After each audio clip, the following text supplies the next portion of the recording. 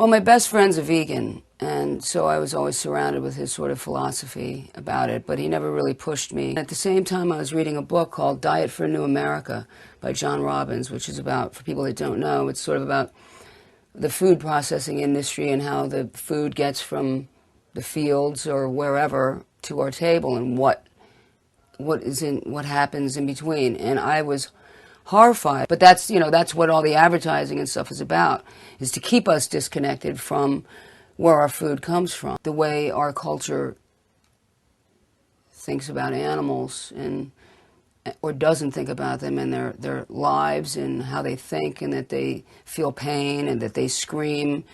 And all those things is just sort of astounding to me when you find people that are animal lovers and eat meat.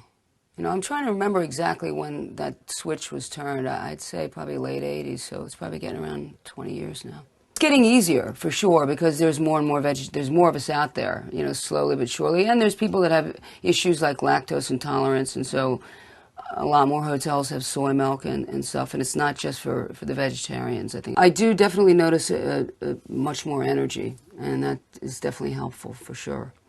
And I don't even think about what I eat. A lot of people count calories and worry about carbs and stuff like that. I don't even think about it. I think if you have a healthy vegetarian diet, you don't really have to worry about calories and those sort of issues. It sort of just takes care of itself because it's very clean food. How do you get your protein?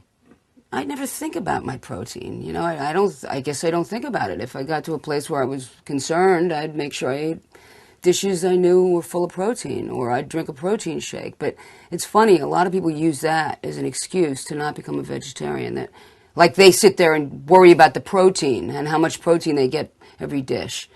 So that's funny enough. That's the question people ask me the most about it. But I tell them to try it, and a lot of people are really, that I've spoken to, have cut down, certainly on red meat. And, I'm the sort of person that when I read these things or I see what's in the news now about E. coli, I go, yeah, because the animals are dying either way. So anything that get people to stop eating meat, I'm for that. I like pasta just with garlic and oil, or a good marinara sauce, and I like to make my own. Or like a grilled portobello mushroom sandwich or veggie burgers. That's pretty much my diet. I don't get too fancy. It started because I love animals and want to do what I can to help. Well, it's important to me for several reasons. Number one, my health. I didn't feel good eating meat. It felt very heavy, sort of just, like it never left my body, so it was just sort of a heavy feeling, and being on stage, I didn't want to feel like that. As I started making the moral connection and realized, I'm an animal lover since I was conscious, Since a little kid, I've had all sorts of animals. So I just started to not really see the distinction between a pig and a cow or my dog.